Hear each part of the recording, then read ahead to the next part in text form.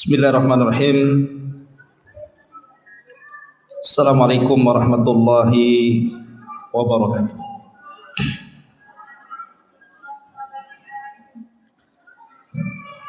Alhamdulillah wassalatu wassalamu ala Rasulillah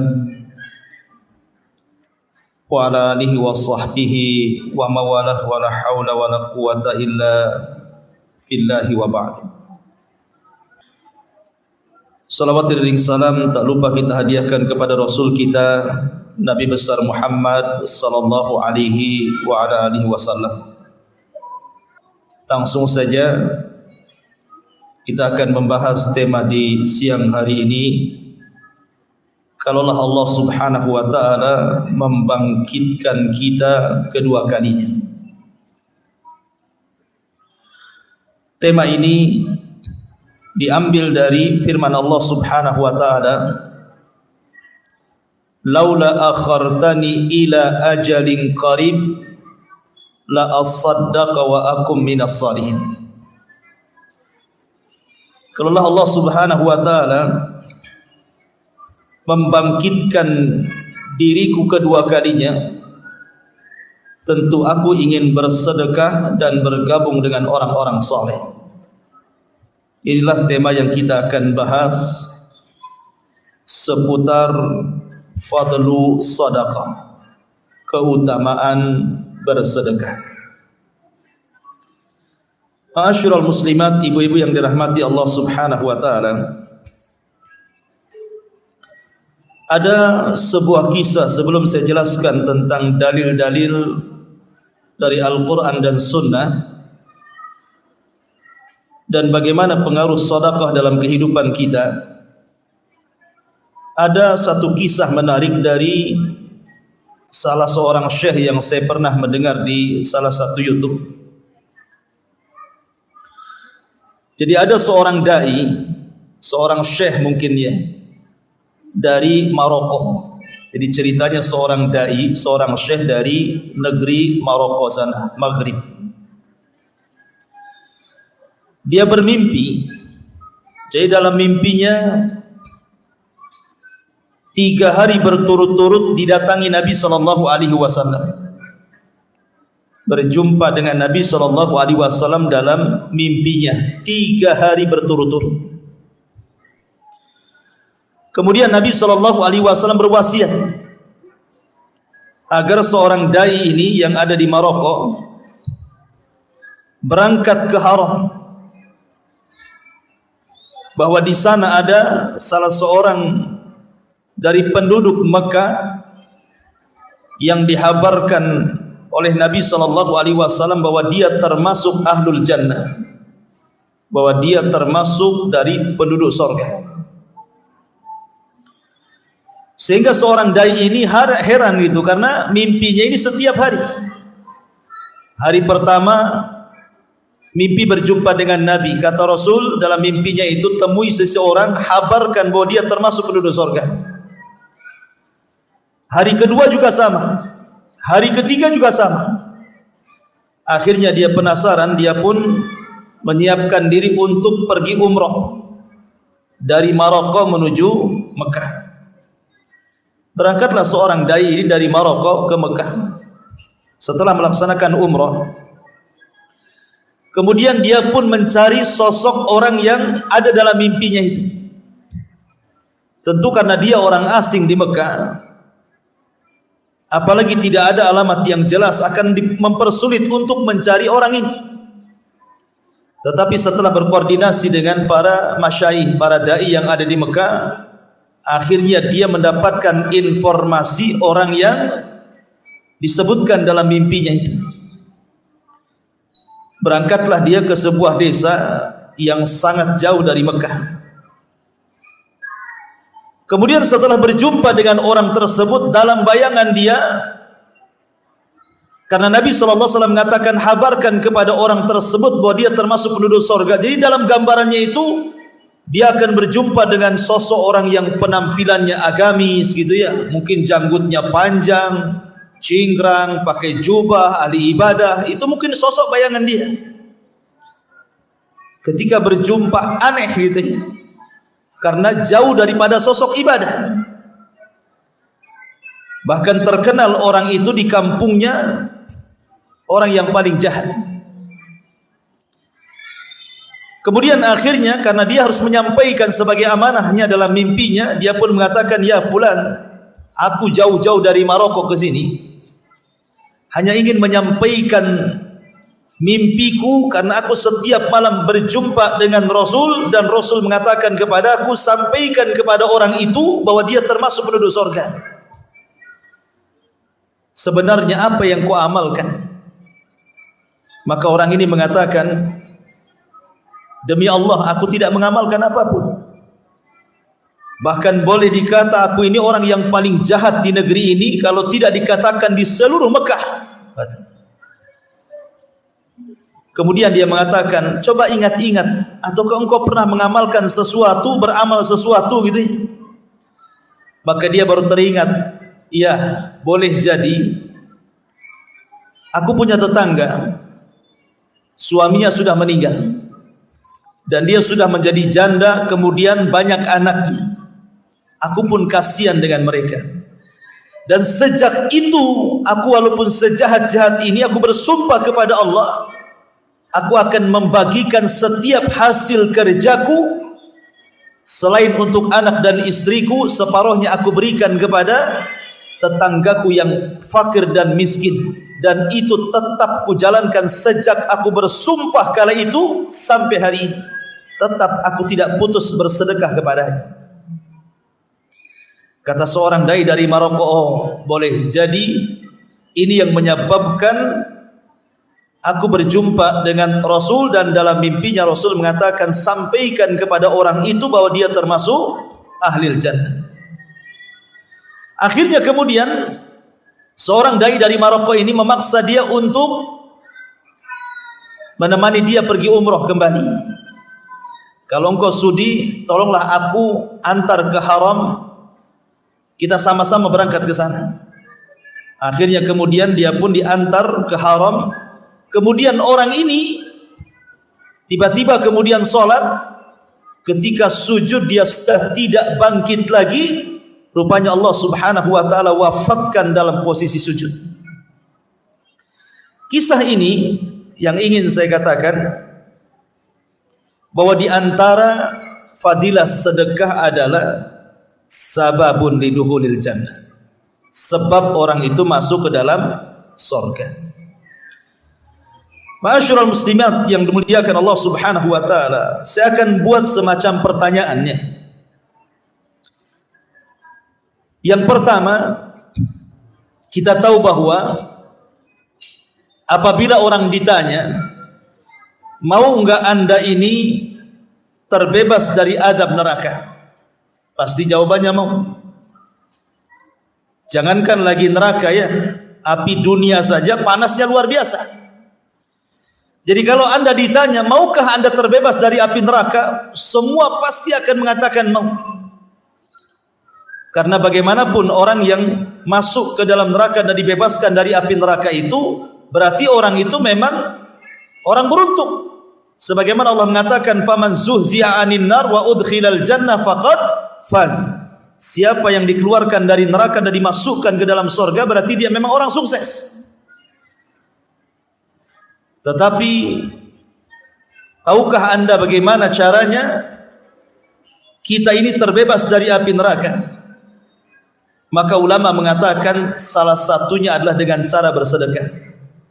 Karena sedekah itu bisa membebaskan kita dari azab neraka. Perhatikan sebuah hadis.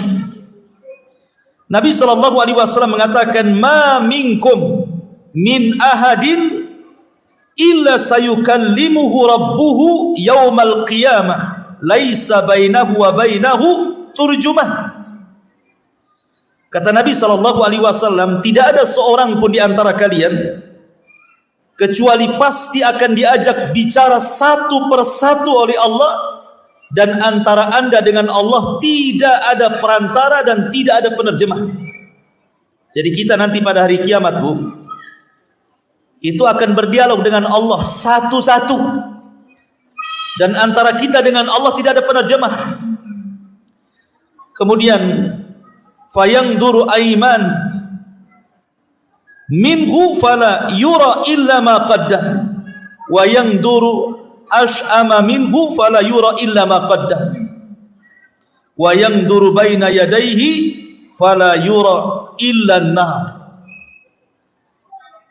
Maka apabila seseorang ini melihat ke sebelah kanan, maka dilihatnya amalan-amalan kebaikan dia selama di dunia.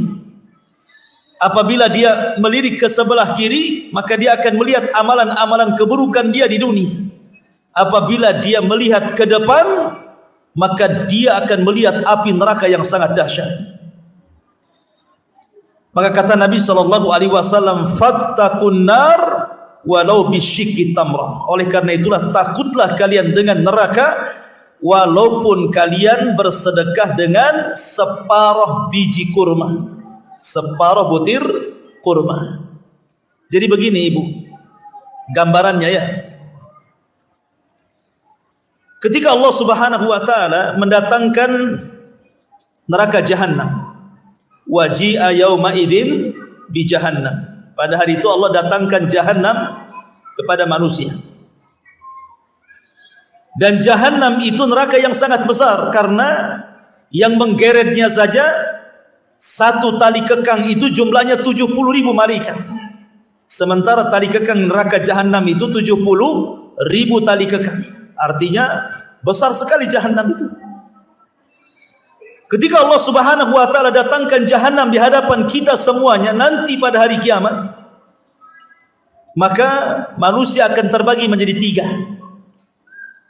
Manusia pertama akan diangkat oleh Allah Subhanahu wa taala sehingga sampai di bawah arsy Allah Subhanahu wa taala, dan mereka adalah muqarrabun, orang-orang yang dekat dengan Allah Subhanahu wa taala, maka didekatkan dengan Allah, kemudian diletakkan di bawah arsy. Kemudian kelompok yang kedua, ashabul yamin, orang-orang yang mendapatkan catatannya dengan tangan kanannya, maka diangkat juga sehingga Jahannam di bawahnya. Adapun kelompok yang ketiga, itulah kelompok yang dihadapkan dengan Jahannam dan dia tidak bisa kecuali dikelilingi oleh neraka, karena tidak diangkat oleh Allah Azza wa Jalla. Dari sini Nabi SAW mengatakan, apabila kita melihat ke sebelah kanan, disitulah ada catatan amalan kita. Kemudian apabila kita melihat ke sebelah kiri, di situ pula catatan amalan kita. Apabila kita melihat ke depan, maka di situ neraka yang menyala-nyala. Kata Nabi SAW, takutlah neraka itu walaupun hanya bersedekah dengan separuh kurma. Bayangkan, Nabi SAW mengatakan, fattaqun nar walau bisyikki tamrah. Takutlah ke dalam neraka walaupun hanya bersedekah dengan separuh buah kurma. Karena sedekah itu bukan dilihat dari besar kecilnya.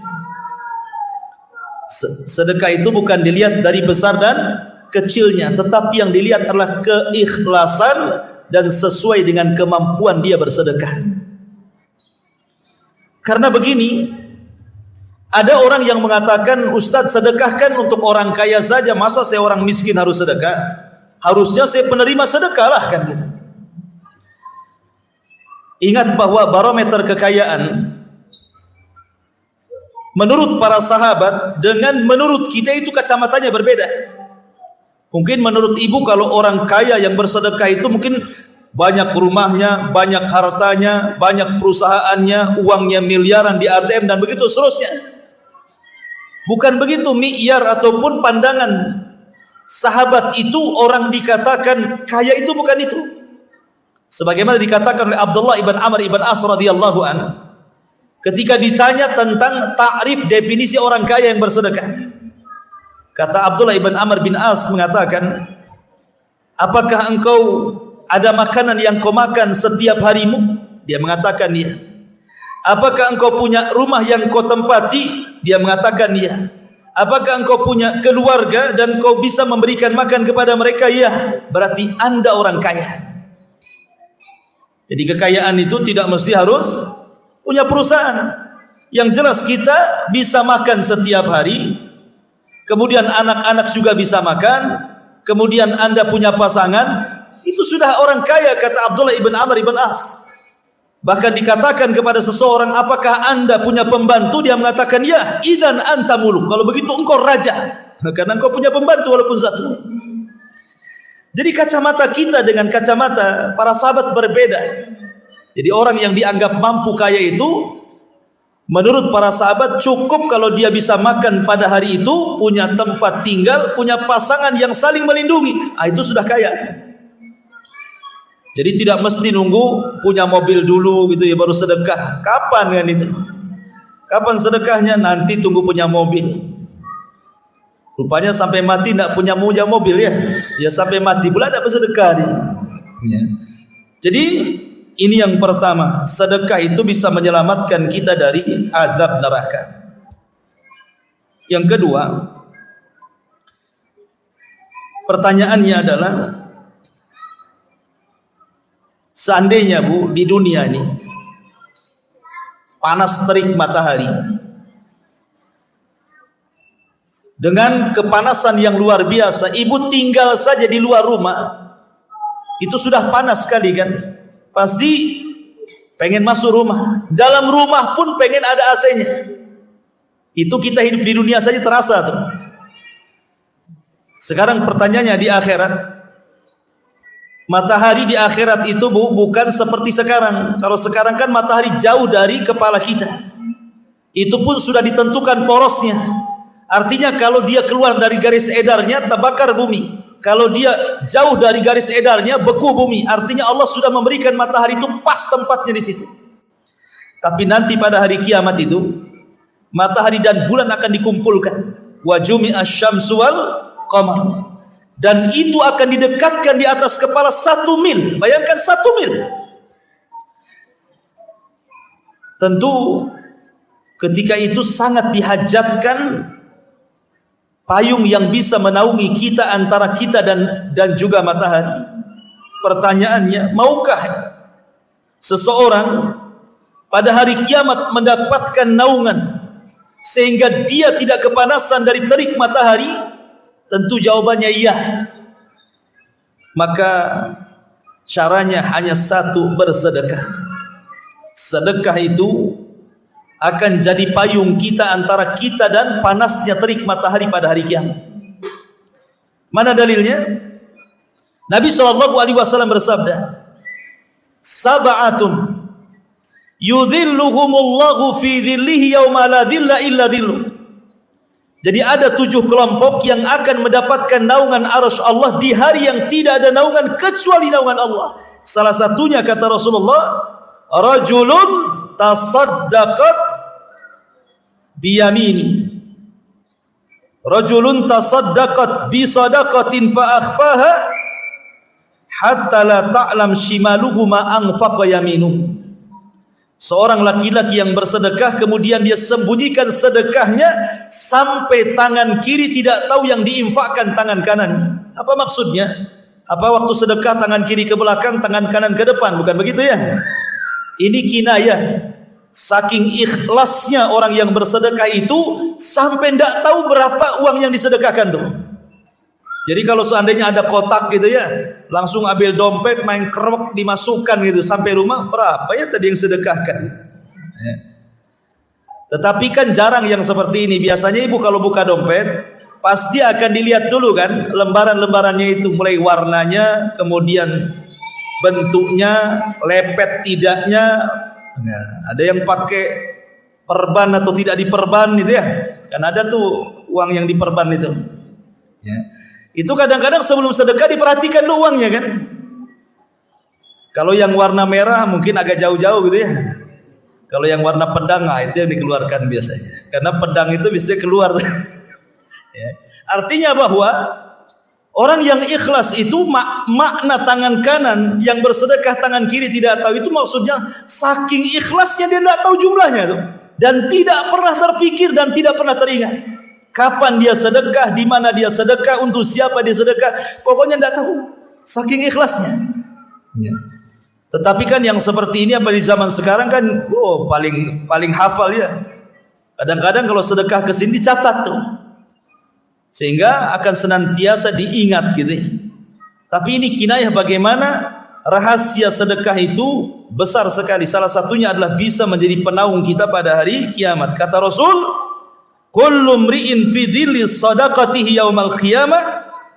Sesungguhnya seseorang itu akan berada di naungan sedekahnya pada hari kiamat.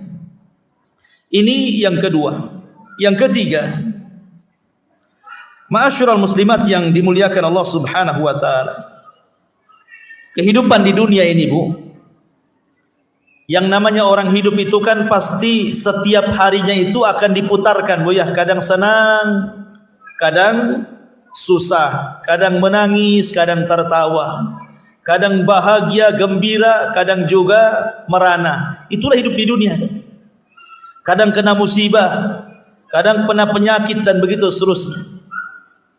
Kalau saya bertanya, maukah seandainya seseorang itu setiap harinya tidak ada musibah? Tentu jawabannya maulah, kan itu. Kenapa demikian? Karena orang itu ingin hidup senang. Lalu bagaimana caranya supaya setiap musibah yang Allah timpakan kepada kita, Allah angkat musibahnya? Maka salah satu jalannya adalah dengan cara bersedekah. Sedekah itu kata para ulama bisa mengangkat bala dan bisa mencegah adanya musibah. Dalam sebuah hadis Nabi SAW mengatakan, masani'ul ma'ruf taki masari asu. Sesuatu kebaikan termasuk dalamnya sedekah itu bisa mencegah sesuatu yang buruk menimpa kepada orang tersebut. Dari hadis ini Al-Imam Ibnul Qayyim rahimahullahu ta'ala mengatakan, as-sadaqatu laha ta'thirun azimun fi daf'i anwa'il bala'i walau kanat minal fajiri wal-zalimi hatta law kanat minal kafir. Lihat perkataan Ibnul Qayyim, sedekah itu memiliki pengaruh yang sangat besar, terutama di dalam mengangkat bencana. Walaupun sedekah itu datang dari orang fajir, walaupun sedekah itu datang dari orang zalim, walaupun sedekah itu datang dari orang kafir sekalipun. Jadi sedekah itu bisa mencegah bala.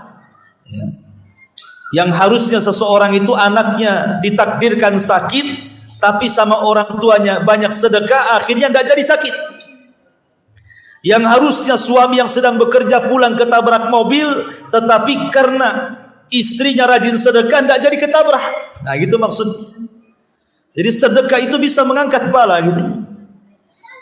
Dan bukan hanya itu saja, sedekah itu bisa mengangkat penyakit. Kebanyakan orang di masyarakat terkadang kurang yakin bahwa sedekah itu obat bagi penyakit.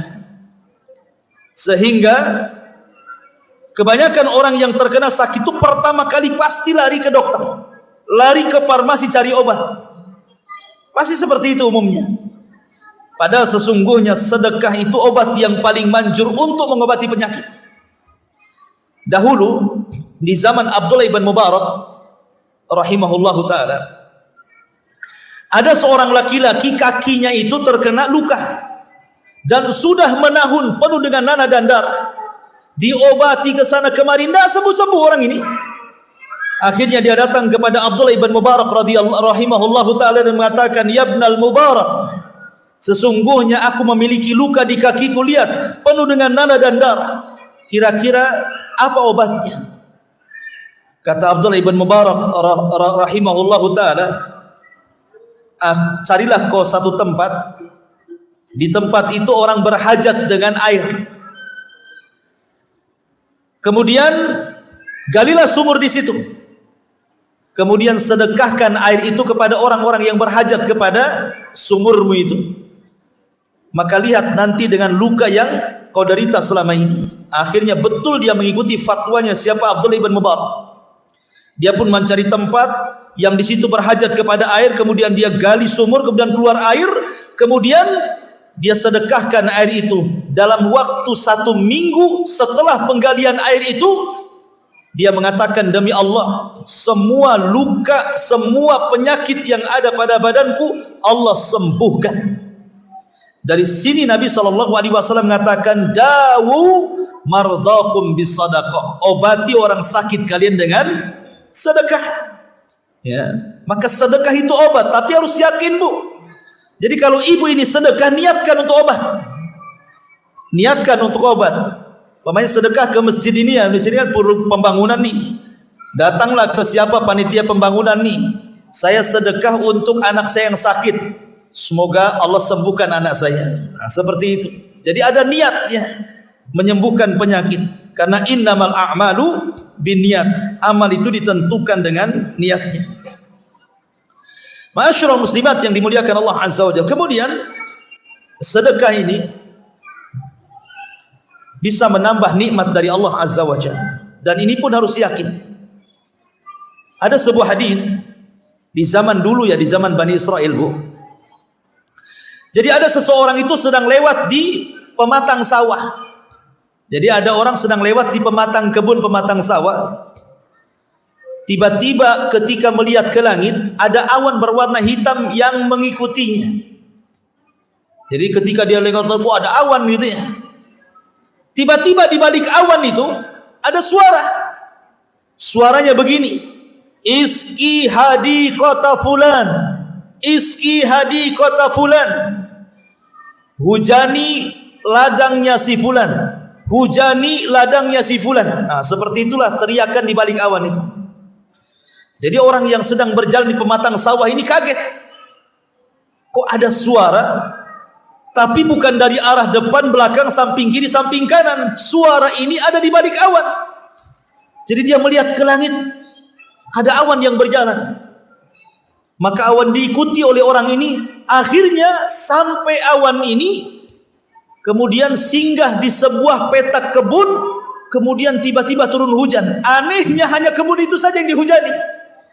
Sebelahnya tidak kena hujan, sebelah kirinya tidak kena hujan, depan belakang tidak pernah kena hujan. Hanya di situ saja airnya itu, hujannya. Hujan lokal ya bahasa kita ya. Tiba-tiba kemudian penasaranlah orang ini. Kenapa awan hitam ini hanya menghujani tempat itu, habis itu pergi awannya. Jadi dia ingin mencari tahu siapalah pemilik kebun itu. Ditunggui, akhirnya jumpa pula kemudian pemilik kebun ini. Kemudian ditanya, ya fulan, siapa namamu? Kemudian dia mengatakan fulan ibn fulan. Kaget dia, kenapa? Karena nama itu persis dengan nama yang disebutkan orang yang berteriak di belakang awan itu. Kemudian dia mengatakan, ya fulan, apa yang ku amalkan sebenarnya dengan kebunmu ini? Takjub gitu orang ini. Maka yang punya kebun itu mengatakan, demi Allah, apabila kebunku ini mengalami panen, maka panenku kubuat jadi 3. Sepertiga dikembalikan kepada kebun, sepertiga aku sedekahkan, dan sepertiga aku makan. Jadi orang ini membagi hasil kebunnya 3, sepertiga dikembalikan untuk modal dan dikembalikan ke kebun, sepertiganya untuk sedekah, dan sepertiganya untuk makan keluarganya. Maka orang ini, oh boleh jadi jangan-jangan ini yang kemudian Allah mengirim awan kemudian menghujani tempat tersebut. Jadi harus yakin ya, bahwa ada rahasia di balik sedekah ini. Ada rahasia di balik sedekah. Tidak mungkin tidak gitu ya. Karena kalau bicara tentang sedekah ini, hampir semua agama menganjurkan. Bahkan Al-Quran banyak sekali hadis ayat-ayat yang bercerita tentang masalah sedekah, baik secara anjuran, begitu juga hadis, ataupun kisah-kisah yang menceritakan kisah Bani Israel dan ancaman-ancaman orang yang tidak mau sedekah. Artinya bahwa sedekah ini banyak sekali perintahnya. Tidak mungkin kalau tidak ada rahasia di balik sedekah ya, makanya penting orang itu bersedekah. Ini yang keberapa ini? Yang keempat, yang kelima. Jadi setiap hari itu Bu, Allah Subhanahu wa taala mengutus para malaikat untuk memberikan kenyamanan bagi hamba-hamba Allah. Jadi ada malaikat yang menurunkan hujan, ada malaikat yang menumbuhkan tumbuhan, ada malaikat yang keliling-keliling mencari orang yang berbuat baik, dan malaikat ini banyak sekali di bumi. Tetapi ingat bahwa malaikat itu diturunkan dalam rangka bertugas dari perintah Allah Azza wa Jalla. Jadi Ada orang-orang itu yang didoakan malaikat setiap hari, Bu. Pertanyaannya, mau enggak Anda didoakan para malaikat? Tentu jawabannya maulah. Kita didoakan malaikat setiap hari. Jangankan malaikat yang doa, Bu ya. Ibu saja didoakan oleh tetangga setiap hari kan senang, Bu. Apalagi setiap hari itu kita didoakan para malaikat. Siapa yang tidak senang yang mendoakan kita malaikat? Lalu bagaimana caranya? Caranya adalah dengan cara bersedekah. Sedekah itu menjadikan setiap hari malaikat akan mendoakan kita. Lihat hadis Nabi. Nabi SAW mengatakan, "Ma min yaumin yusbihul ibad illa wa malakani yanzilan yaqulu ahaduhuma Allahumma a'ti munfikan khalafa wa yaqulul akhar Allahumma a'ti mumsikan talafa." Tidaklah setiap pagi kecuali malaikat akan turun. Kemudian dua malaikat yang turun ini akan berdoa. Yang pertama mengatakan, "Ya Allah, berikan kepada yang suka infak ini harta yang berlebih." Kemudian yang satunya mengatakan, "Ya Allah, berikan kepada orang yang mencegah hartanya tidak diinfakkan itu kehancuran dan ketidakberkahan." Jadi setiap hari malaikat mendoakan orang yang infak itu. Makanya, Bu, kalau ibu ingin didoakan setiap hari oleh para malaikat, maka sukalah berinfak. Bagaimana caranya? Ibu tinggal minta, ya macam celengan gitu ya. Kan biasa ada tuh, kalau di masjid ini nyediakan celengan amal, minta satu saya, taruh di rumah gitu ya. Kemudian setiap hari kan ibu bisa masukkan uang koin itu. Karena uang koin itu kan uang yang paling suka ibu infakkan biasanya. Ya, selain yang lembar-lembar itu biasanya. Uang koin itu uang yang paling dekat dengan sorga, Bu.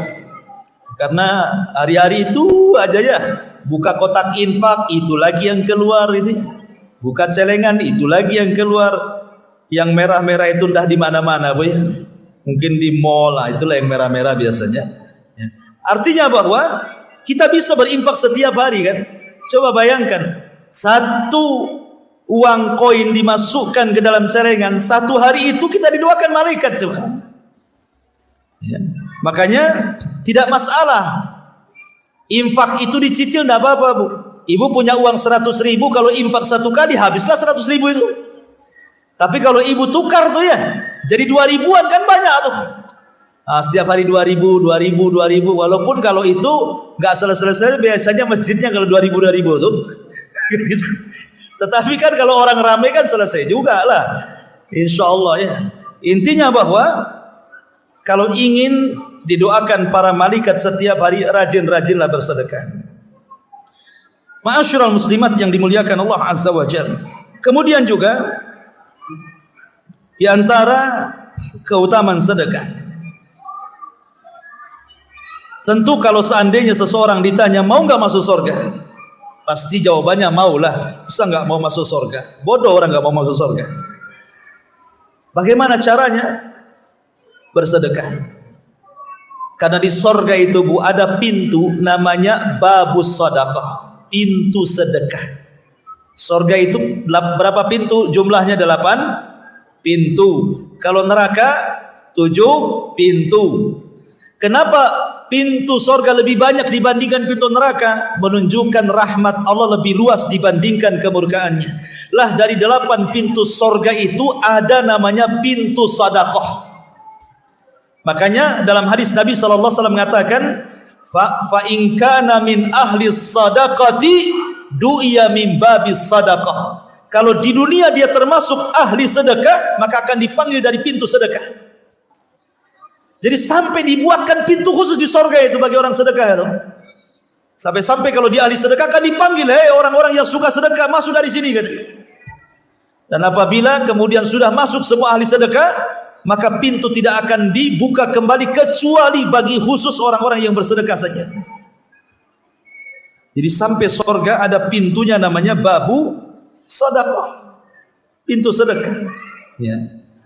Kemudian juga yang selanjutnya, saya kira, Bu, kenapa manusia itu tidak pernah bosan bekerja? Karena ingin bertambah kan? Orang sudah punya rumah, ingin punya rumah lagi.